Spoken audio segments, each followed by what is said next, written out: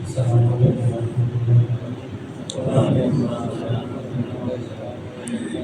ورحمۃ اللہ۔ الحمد للہ رب العالمین والعاقبۃ للمتقین والصلاة والسلام علی سیدنا و مولانا محمد خاتم النبیین شفیع المذنبین سید المرسلین امام الاولین والآخرین وعلى آلہ وصحبہ الطیبین الطاہرین اما بعد۔ اعوذ باللہ من الشیطان الرجیم بسم اللہ الرحمن الرحیم۔ یا ایھا الذین آمنوا قوا انفسکم واہلیکم نارا وقودها الناس والحجارہ آمنت باللہ صدق اللہ العظیم وبلغنا رسولہ النبی الکریم ان اللہ وملائکتہ یصلون علی النبی یا ایھا الذین آمنوا صلوا علیہ وسلموا تسلیما اللهم صل علی سیدنا و مولانا محمد معدن الجود والکرم وآلہ واصحابہ وبارک وسلم صلوا علیہ صلاۃ و سلام علیک یا رسول اللہ صلی اللہ تعالی علیہ وسلم۔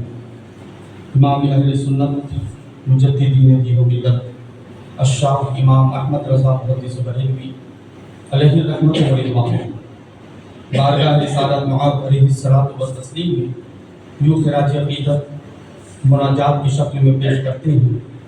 فرماتے ہیں کہ شافع امم شہ ذی جاہ خبر، اے شافع امم شہ ذی جاہ خبر، للہ خبر بلی باللہ خبر۔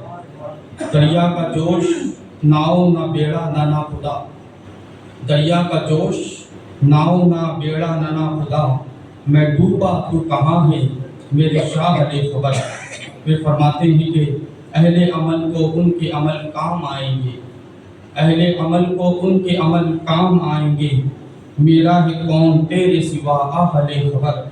مانا کہ سخت مجرم و ناکارہ ہے رضا، مانا کہ سخت مجرم و ناکارہ ہے رضا، تیرا یہ تو ہے بندہ درگاہ خبر۔ للہ خبر میری للہ خبر۔ حضرات محترم،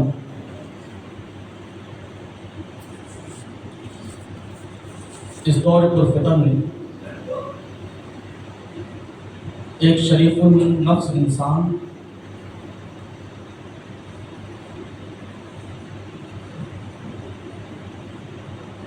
یہ گفتگو کرتا ہوا نظر آتا ہے کہ آج کے دور میں معاشرے کو اصلاح کی سخت ضرورت ہے۔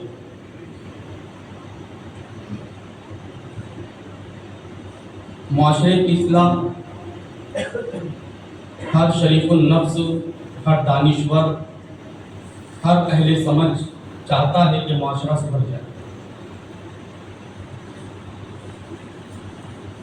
اور معاشرے میں آج جو برائیاں، جو جرائم اور جو گناہ عام ہو رہے ہیں، اسے لے کر جو اہل درد ہے وہ کافی پریشان حال ہے۔ لیکن یہاں پر سوال یہ پیدا ہوتا ہے کہ معاشرے کی اصلاح کی جائے تو کس طریقے سے؟ مثال کے طور پر ایک دو گناہ ہو تو اس کا خاتمہ، اس کا سدباب ممکن ہے۔ یہاں پر عالم یہ ہے کہ وہ کون سا گناہ ہے، وہ کون سی برائی ہے، اور وہ کون سا جرم ہے جس میں آج امت مسلمہ کا جوان ملوث نظر نہیں آ رہا۔ یاد رکھیں، لوگ اس دور پرفتن میں یہ سمجھتے ہیں کہ برسوں کی بگڑی ہوئی یہ قوم آدھا ایک گھنٹے کی تقریر سے سدھر جائے گی۔ لوگوں کا خیال یہ ہے کہ مقررین، خطبہ اور مفکرین کی تقریر سے معاشرے میں انقلاب برپا ہو۔ یہ ہو سکتا ہے، یاد رکھیے کہ مقررین کی تقریر، خطیب کی خطابت اور مفکرین کی فکر اور ان کی دانشمندی یہ قوم کو صرف بیدار کر سکتی، قوم بیدار ہو سکتی۔ اور یاد رکھیں کہ قوم سدھرے گی کب، قوم کی اصلاح کب ہوگی؟ نوجوان جو راہ حق سے بھٹک چکے ہیں، جو گناہوں کا شکار ہو چکے ہیں، وہ سیدھے راستے پر کب چلے گے؟ اس کی کیا وجہ ہے اور اس کا علاج کیا ہے؟ کون سا ایسا راہ عمل اختیار کیا جائے کہ جس سے یہ قوم مسلم کے جو جوان ہیں یہ سیدھی راہ پر چلے؟ یاد رکھیں، قرآن عظیم نے ہمیں یہ دعوت دی امت مسلمہ کو کہ ایمان والو، تم خود بھی جہنم کی آگ سے بچو اور اپنے اہل خاندان کو، اپنے اہل و عیال کو بھی اس جہنم کی آگ سے بچاؤ جس کا ایندھن انسان و پتھر ہے۔ اس کا ترجمہ، اس کا مفہوم ہم نے بار بار سن چکے ہیں، لیکن اس پر توجہ کسی کی نہیں۔ آقا کریم رؤوف الرحیم صلی اللہ علیہ وسلم نے امت کو یہ بشارت دی، یہ خوشخبری دی کہ اگر اولاد نیک ہو اور اولاد اگر باعمل ہو، اولاد اگر دیندار ہو، تو ایسی اولاد ماں باپ کو فائدہ پہنچاتی ہے۔ مثلا اس حدیث پاک کا مفہوم پر اگر ہم توجہ کریں تو یہ مفہوم الگ ہوتا ہے، اخذ ہوتا ہے کہ اگر ماں باپ نے اپنی اولاد کو صحیح تربیت کی، انہیں نیک بنایا، انہیں شریعت کا پابند بنایا، سنت مصطفیٰ صلی اللہ علیہ وسلم کی محبت ان کے دل میں پیدا ہوئی، اور پھر وہ ماں باپ مر گئے، تو ماں باپ کے مرنے کے بعد اولاد نیک کام کرے گی، ماں باپ قبر میں ہوگی، اولاد نیک کام کرے گی، نیک کام کی وجہ سے ماں باپ کو قبر میں فائدہ ہوگا۔ جیسے مثال کے طور پر آپ نے سن چکا ہے بارہا یہ واقعہ کہ ایک شخص تھا، مرنے کے بعد اس کی قبر میں اسے عذاب دیا جا رہا۔ اب جب اسے عذاب دیا جا رہا تھا تو بڑے دنوں کے بعد اللہ رب العزت نے فرشتوں سے فرمایا کہ اس شخص کو جہنم، اس شخص کو قبر کی عذاب سے نجات دے اور اس کی قبر میں جنت کی ایک کھڑکی کھول تاکہ اس کی قبر جنت کے باغوں میں سے ایک باغ بن جائے۔ تو فرشتوں نے عرض کیا تھا، مولا مرنے کے بعد نہ کسی کا کوئی عمل کر سکتا ہے، نہ کوئی نیکی کر سکتا ہے، تو اس مرنے کے بعد آخر سے قبر سے عذاب کیوں کر ہٹایا جائے؟ تو اللہ رب العزت نے فرمایا تھا کہ اس کے جب یہ شخص مر رہا تھا تو اس نے اپنے بیٹے کو 1 سال کی عمر میں چھوڑا تھا۔ اس کا بیٹا 1 سال کا تھا جب یہ مر رہا تھا۔ اس نے اپنی بیوی کو وصیت کی کہ جب میرا بیٹا بڑا ہو جائے، پڑھنے لکھنے کے قابل ہو جائے، تو تم اسے مدرسے میں داخل کرنا۔ اور آج اس کا بیٹا مدرسے میں داخل ہوا اور آج اس نے مدرسے میں بیٹھ کر پہلی بار قرآن عظیم پر اپنی ننھی انگلیاں رکھ کر بسم اللہ الرحمن الرحیم پڑھا۔ تو جس کا بیٹا زمین پر مجھے رحمان الرحیم پکارے، میں اس کے باپ کو زمین میں عذاب کیسے دے سکتا؟ مطلب اگر مرنے کے بعد ماں باپ مر گئے، اولاد اگر نیکی کرے تو اس کی جزا اور اس کا اجر ماں باپ کو مرنے کے بعد قبر میں بھی ملتا ہے۔ یاد رکھیے گا ایک بات بڑے اچھے طریقے سے کہ بعض گناہ ایسے ہوتے ہیں اور بعض نیکیاں تو سب ہماری لیے کارآمد ہے، ہماری دنیا اور آخرت میں بہتری کا سبب ہے۔ بعض گناہ ایسے ہیں کہ اگر کوئی شخص کر لے، بعض گناہ ایسے حدیث پاک میں اس کا ذکر ہوا کہ اگر کوئی بندہ مومن اس گناہ کو کر لے تو گناہ وہ کرے گا لیکن اس کی نحوست اور اس کا وبال اس کی 7 نسلوں تک باقی رہے گا، 7 نسلوں تک باقی رہے گا۔ علامہ امام ذہبی فرماتے ہیں کہ 7 نسل نہیں بلکہ 70 نسلوں تک باقی رہے گا، امام ذہبی فرماتے ہیں۔ اور اگر کوئی بندہ مومن نیکی کر لے، نیکی کوئی چھوٹی کوئی بڑی نہیں ہوتی، یہ بات یاد رکھیں، نیکی کوئی چھوٹی نہیں ہوتی، ساری نیکیاں بڑی ہوتی۔ اگر بہت سارے لوگ، بعض لوگ اگر یہ سمجھ کر نیکی چھوڑ دے کہ یہ چھوٹی نیکی ہے تو وہ نیکی اس کے لیے بڑی بن جاتی ہے۔ تو نیکی کوئی چھوٹی نہیں ہوتی۔ اگر نیکی کوئی شخص کر لے، کوئی نیک کام کر لے کوئی ماں باپ، تو اس کی جو برکتیں ہیں وہ بھی 7 نسلوں تک باقی رہتی۔ اور قرآن عظیم میں سورہ کہف میں وہ واقعہ مذکور ہوا، روایت ہے، میں مختصراً عرض کر دوں کہ اللہ کے 3 پیغمبر تھے۔ سورہ کہف میں واقعہ اللہ رب العزت نے بیان فرمایا، میں اس کا مفہوم مختصر عرض کر دوں کہ 3 پیغمبر تھے اللہ رب العزت کے، ایک حضرت موسیٰ علیہ السلام، حضرت خضر علیہ السلام اور حضرت یوشع بن نون علیہ السلام۔ یہ تینوں سفر کر رہے تھے۔ دوران سفر ایک گاؤں میں پہنچے تو وہاں پر دیکھا گیا کہ ایک دیوار گر رہی تھی، بوسیدہ ہو گئی تھی، گر رہی تھی قریب تک وہ گر جاتی. حضرت خضر علیہ السلام نے حضرت موسیٰ و حضرت یوشع بن نون علیہ السلام سے فرمایا کہ کیوں نہ ہم اس دیوار کو صحیح طریقے سے تعمیر کر دیں. حضرت موسیٰ علیہ السلام اور حضرت یوشع بن نون علیہ السلام نے اپنے ہاتھ سے مٹی کا غارہ تیار کیا اور غارہ تیار کیا اور خضر علیہ السلام کو لے جا کر دیتے رہے.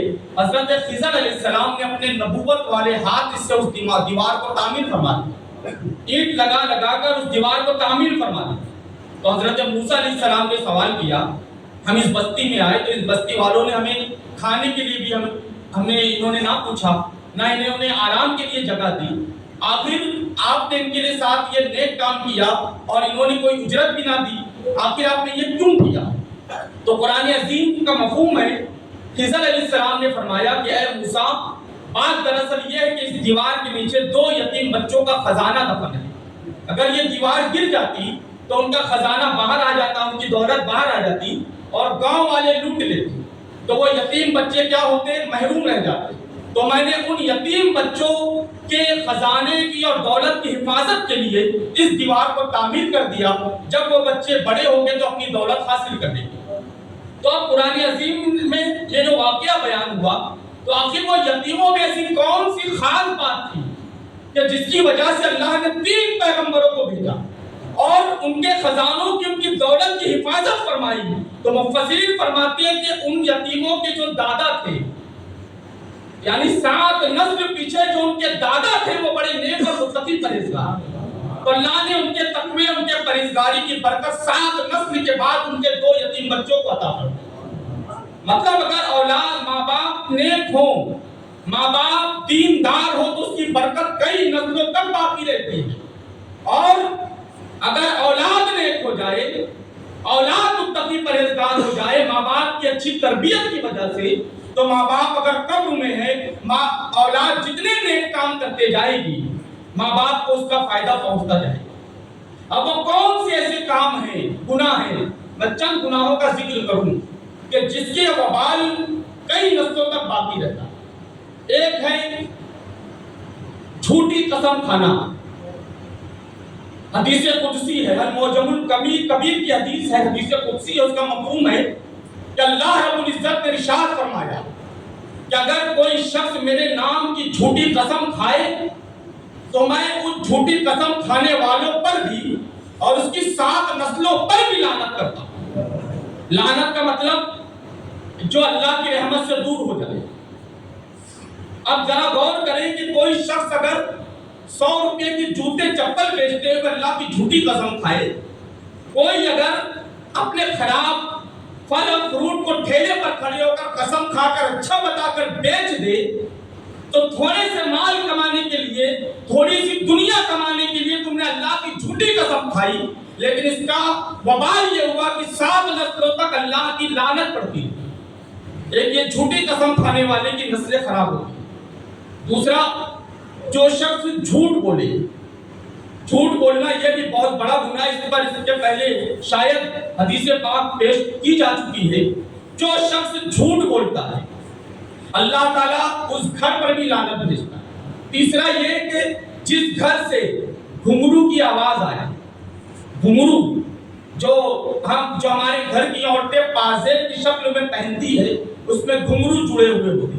وہ گھنگرو نہیں کہ جو گھنگرو جو اپنی دکھنے میں گھنگرو کی شکل کے ہوتے ہیں اور جسے ناچنے والے استعمال کرتے ہیں, اس گھنگرو کا جو وبال ہے وہ تو اپنی جگہ, اس کے بارے میں جو وعیدیں آئی ہے وہ تو اپنی جگہ, لیکن اس گھنگرو کا یہاں پر ذکر ہو رہا ہے جو گھنگرو ہمارے گھروں میں, ہمارے گھروں کی عورتیں پازیب کی شکل میں استعمال کرتی ہیں.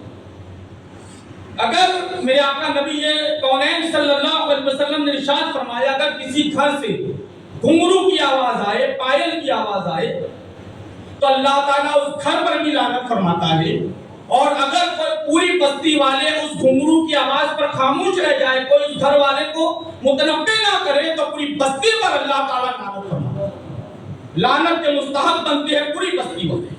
اب گھنگرو عام طور سے ہمارے یہاں تو اسے گناہ نہیں سمجھا جاتا. ہمارے یہاں کی عورتیں پازیب میں گھنگرو جڑواتی ہے, چلتی ہے تو چھن چھن کی آواز آتی ہے. حدیث پاک میں اس لیے منع کیا گیا ایسی عورت جو اپنے زیور میں گھنگرو کا استعمال کرے وہ عورت کل بروز قیامت جہنم کے سب سے نچلے طبقے میں رکھی جائے، اور جو مرد اس پر خاموش رہے اللہ کے رسول علیہ الصلوۃ والسلام فرماتے ہیں کہ وہ مرد 70,000 سال تک جہنم میں جلتے رہے۔ اب ذرا غور کریں کہ ہمارے یہاں چھوٹے چھوٹے بچے بھی ہوتے ہیں، لڑکیاں، تو گھر کے بڑے انہیں جب پاؤں میں پٹیاں یا پازیب پہناتے ہیں تو ان میں گھنگرو ہوتے ہیں، جب بچے چلتے ہیں تو چھن چھن کی آواز آتی ہے۔ تو بچے تو مکلف نہیں ہے، بچے تو بری ہے اس گناہ سے، لیکن جن بڑوں نے، جن ماں باپ نے ان بچوں کو گھنگرو پہنایا ہے وہ ضرور عذاب کے مستحق بنے۔ اللہ نے فرمایا کہ جن گھروں میں گھنگرو کی اور پائل کی آواز آئے اللہ تعالیٰ اس گھر پر بھی لعنت فرماتا ہے اور اس کی نسلوں پر بھی لعنت فرماتا ہے۔ ذرا غور کیجیے آپ کہ جب پازیب اور گھنگرو بچ جائے تو اس کا اتنا بڑا وبال، اتنا بڑا عذاب، تو جن گھروں سے گانوں کی آوازیں آئے، جن گھروں سے فلمی گانوں کی دھن سنائی دے، جو نوجوان فلمی موبائل پر ہیڈ فون لگا کر فلمی گانے، فلمی غزل سنے، اور گانے بھی ایسے کہ جس میں خدا کی قدرت کا مذاق بنایا جائے، جس میں خدا کی قدرت کو للکارا جائے، جس میں خدا کے موجود ہونے کا انکار کیا جائے، جس میں خدا کو سوچنے والا، جس میں خدا کو حیرت کرنے والا بتایا جائے، جس میں خدا کو زمینوں والا، آسمانوں والا بتایا جائے، غرض کے جن گانوں میں کفریہ کلمات ہو، شرکیہ کلمات ہو، اور مسلمانوں کے گھروں سے ایسے گانوں کی آواز آئے تو اس گھر کی نحوست کا عالم کیا ہوگا، اللہ کا عذاب کس قدر اس گھر پر نازل ہوگا۔ کبھی ہم نے اس پر غور کیا؟ نہیں کیا۔ تو اس سے نسلیں برباد ہوتی ہیں ان گناہوں سے۔ اور ایک بات، گالی، یہ جو گالی ہے، ہم جو بات میں ایک دوسرے مسلمان کو گالی دیتے ہیں، گالی اللہ کے رسول علیہ الصلوۃ والتسلیم کی حدیث پاک کا مفہوم امام غزالی فرماتے ہیں اور علوم میں کہ جو مسلمان کسی بھی شخص کو گالی دے، مرتے وقت اس مسلمان کو کلمہ نصیب نہیں، وہ حالت کفر پر مر جائے۔ گالی ہمارا تقیہ کلام بنی ہوئی ہے، بات بات پہ ہم ایک دوسرے کو گالی دیتے ہیں، بات بات پہ ہم جو ہے ایک دوسرے کو گالی سے مخاطب کرتے ہیں۔ خاص طور سے نوجوان جب دوستوں میں ہوتے ہیں تو مذاق میں بھی گالی دینا یہ حرام ہے، حرام ہے۔ جو گالی دے گا اپنے مسلمان بھائی کو، میرے آقا فرماتے ہیں کہ وہ مرے گا تو حالت کفر پر مرے گا۔ اور پھر ایک بات یہ بھی یاد رکھیے، گالی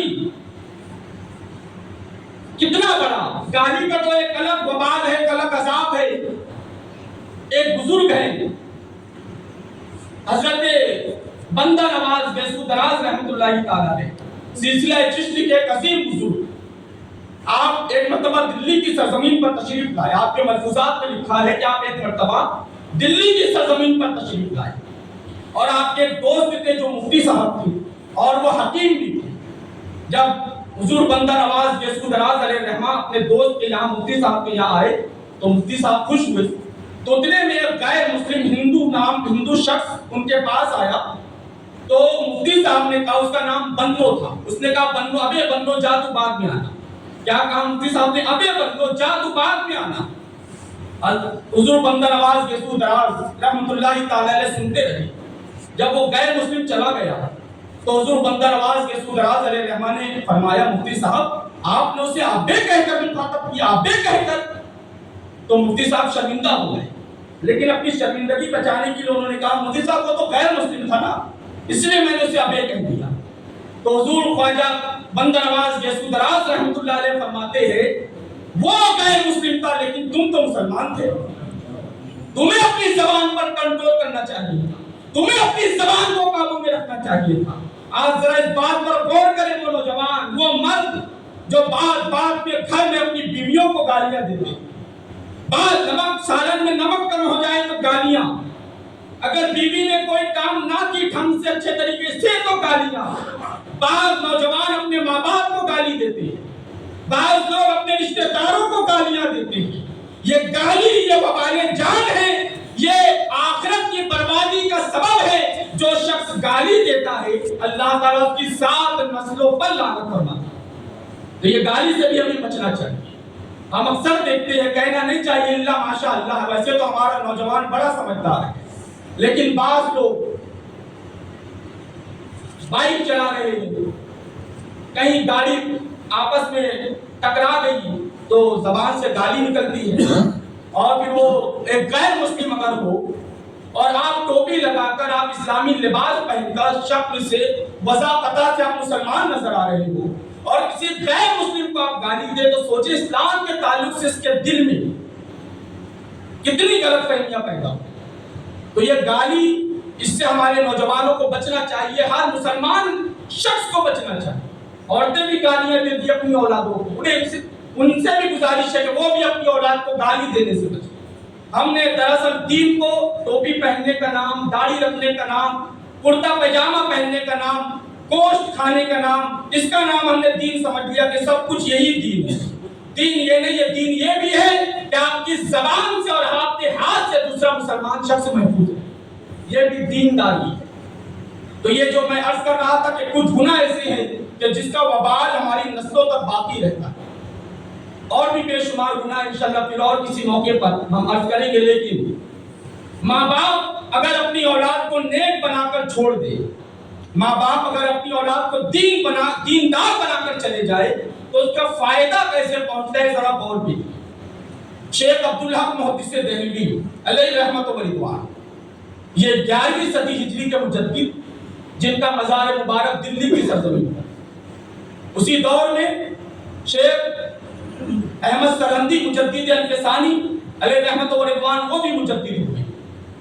ایک ہی زمانے میں دو مجدد، شیخ احمد سرہندی علیہ رحمت و رضوان نے اکبر کی اکثریت کا خاتمہ کیا۔ اکبر جب دین الہی ایجاد کر چکا تھا تو حضرت شیخ مجدد الفسانی نے اکبر کے دربار میں کھڑے ہو کر اعلی کلمۃ الحق کا اعلان کیا، اور اکبر کی حکومت کا آپ نے خاتمہ کیا۔ تو شیخ عبدالحق محدث دہلوی نے اس دور میں وحدانیت پر خوب کام کیا، خوب وحدانیت پر اللہ کی شان میں کتابیں لکھی، اور شیخ عبدالحق محدث دہلوی نے رسالت پر کام کیا، شان رسالت پر کتابیں لکھی۔ آج بھی آپ کی کتاب مدارج النبوت بڑی مشہور ہے، جس میں آقا کریم صلی اللہ علیہ وسلم کی سیرت پاک موجود ہے۔ لہذا شیخ عبدالحق محدث دہلوی فرماتے ہیں عبد السمین نامی کتاب میں کہ میں حج کے لیے تشریف لے گیا۔ جب میں حج سے فارغ ہوا تو مکہ المکرمہ میں ایک قبرستان ہے، آپ نے بھی سنا ہوگا یا کچھ لوگوں نے زیارت بھی کی ہوگی، جنت المالا، جو حرم میں موجود ہے، وہ حدود حرم میں موجود ہے۔ اس قبرستان کی بڑی برکتیں ہیں، وہاں پر حضرت ام المومنین خدیجہ الکبریٰ آرام فرمانی۔ اس قبرستان میں حضور سید الکونین صلی اللہ علیہ وسلم کے بڑے شہزادے، ہمارے آقا کے بڑے شہزادے حضرت قاسم رضی اللہ تعالیٰ عنہ آرام فرمانے، ہزارہ صحابہ کرام اور ہزارہ اہل بیت اطہار وہاں پر آرام فرمانے۔ بڑا برکت والا قبرستان، جو اس قبرستان میں دفن ہو جائے وہ جنتی کہلاتا ہے، اس کے لیے فضیلت ہے کہ وہ جنتی ہے۔ لیکن شیخ عبدالحق محدث دہلوی فرماتے ہیں کہ میں جب اس قبرستان میں پہنچا تو میں نے کشف کے ذریعے، علم ہوتا ہے اللہ کے نیک بندوں کو کشف کا، علم الکشف یا کشف القبور کا، کہ جب وہ کسی قبر کے پاس جائیں اور اگر وہ چاہیں کہ قبر میں مردے پر کیا بیت رہی ہے تو وہ معلوم کر سکتے ہیں، یہ علم ہے۔ لہٰذا وہ اللہ کے ولی تھے، مجدد تھے، گئے ایک قبر پر انہوں نے توجہ کی تو کیا دیکھا کہ اس جنت المالا قبرستان ہے، اور اس قبرستان میں ایک شخص قبر میں سویا ہے، لیکن قبر میں بے چین ہے، اسے اطمینان نہیں ملا، قبر میں بڑا بے چین تھا۔ تو شیخ عبدالحق محدث دہلوی علیہ رحمت و رضوان نے اس سے اس کے حالات پوچھے کہ تیرے اپنے حالات بتا۔ تو وہ شخص کہنے لگا کہ میں حج کرنے کے لیے مکہ المکرمہ آیا تھا اور دوران حج میرا انتقال ہو گیا۔ اب ذرا غور کریں وہ شخص کتنا خوش نصیب، وہ شخص کہ حج کے سفر میں اگر کسی کا انتقال ہو جائے تو بھلے اس نے حج نہ کیا ہو، اپنے گھر سے وہ حج کی نیت سے نکل چکا، انتقال ہو گیا، تو اب اس کا یہ عالم ہے کہ اللہ تعالیٰ قیامت کا ہر سال اس کی شکل کا ایک فرشتہ پیدا کرے، وہ فرشتہ حج کرے گا، ثواب اسے ملے گا۔ اتنی فضیلت ہے حج کے راستے میں مر جانے کی، اگر کسی کا انتقال ہو جائے، اب وہ سفر حج میں وہ شخص مرا لیکن قبر میں بے چین ہے، اسے اطمینان سکون نہیں ہے، تو شیخ عبدالحق محدث دہلوی علیہ الرحمٰن نے اس سے پوچھا تیری موت تو بڑی اچھی آئی، تو بڑا خوش نصیب ہے، لیکن اپنی قبر میں بے چین اور بے قرار کیوں ہے؟ تو وہ شخص کہنے لگا اس کی وجہ میری اولاد ہے۔ کہا کیسے؟ کہا میں نے ایک بیٹا چھوڑا لیکن افسوس اسے دیندار نہیں بنایا، اسے قرآن اور حدیث کی تعلیم نہیں دلائی، اب میں تو مر گیا، میرا وہ شخص میری دولت حاصل کر چکا ہے، میرا بیٹا میری دولت حاصل کر چکا ہے، اب وہ میری دولت پر عیاشی کر رہا ہے، شراب پی رہا ہے، وہ گالی دے رہا ہے، وہ اپنی نگاہوں کو آوارہ کر چکا، بد چلن اور آوارہ ہو گیا میرا بیٹا، وہ گناہ وہاں کرتا ہے، اس کا عذاب مجھے قبر میں دیا جائے۔ تو وہ صاحب قبر نے کہا حضور اگر آپ ایک کرم کرے تو اتنا آپ ان پر احسان کر دیں، کیا آپ میرے بیٹے کے پاس جائے اور اس سے تنبیہ کرے کہ وہ گناہ چھوڑ دے، کیونکہ وہ جب تک گناہ نہیں چھوڑے گا مجھے قبر میں بے چینی ملتی رہے، سکون نہیں ملے گا۔ تو شیخ عبداللہ محدث دہلوی علیہ رحمۃ و رضوان نے اس سے پتہ پوچھا اس شخص کی تیرا گھر کہاں، تو اس نے جو اپنا شہر بتایا وہ مکہ المکرمہ سے 1000 کلومیٹر دور تھا۔ شیخ عبداللہ محدث دہلوی نے ایک مسلمان کی خیر خواہی کے لیے 1000 کلومیٹر کا سفر پیدل طے کیا، اور پتے پر پہنچے تو وہ دیکھا کہ ایک دکان ہے اناج کی، اور اس کا بیٹا اس اناج کی دکان کا مالک ہے وہاں بیٹھا ہوا ہے۔ تو شیخ عبداللہ محدث دہلوی نے غور کیا تو وہ شخص شراب پی رہا تھا، پھر بعد میں غور کیا تو وہ شخص نام طور میں کمی کر رہا تھا، بعد میں غور کیا تو وہ شخص ہر آنے جانے والی غیر محرم عورتوں کو اپنی نگاہ سے دیکھ رہا تھا، بعد میں اور غور کیا تو پتا چلا کہ یہ شخص کو گالیاں بھی دیتا ہے، یہ یہاں گناہ کر رہا ہے، اس کے باپ کو قبر میں بے چینی اور بے قرار نصیب نہیں ہو رہا ہے، بے چینی مل رہی ہے۔ شیخ عبداللہ محدث دہلوی ادب کے ساتھ اس کے پاس گئے، کہا بیٹا تمہارا نام فلاں ہے؟ کہا ہاں حضور میرا نام فلاں۔ تیرے باپ کا نام یہ؟ کہا حضور ہاں۔ تیرے باپ مکہ المکرمہ میں دوران حج ان کا انتقال ہوا؟ کہا حضور ہاں۔ آپ کو کیسے پتا؟ کہا بیٹا میں دلی سے آیا ہوں، تیرے باپ کی قبر پر میں گیا تھا تو مجھے علم الکشف سے پتا چلا کہ تیرا باپ قبر میں بے چین ہے، اور اس کی بے چینی کی وجہ تو ہے بیٹا، کہ تو گناہ کرتا ہے، شراب پیتا ہے، گالیاں دیتا ہے، اور اس کا وبال تیرے باپ کو قبر میں ملتا ہے، وہ بے چین ہو جاتا ہے۔ بیٹا اپنے باپ پر رحم کر، اپنے باپ پر رحم کر، گناہ چھوڑ دے، گناہ چھوڑ دے کہ تیرے باپ کو قبر میں سکون مل جائے۔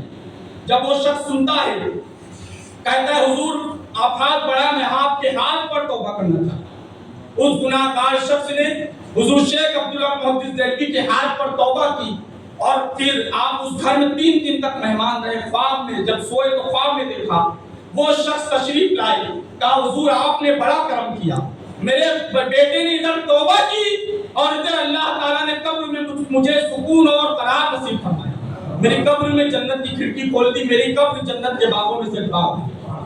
مطلب اولاد اگر نیک ہو جائے تو دیکھیں نا، مرنے کے بعد قبر میں ماں باپ کو فائدہ مل رہا۔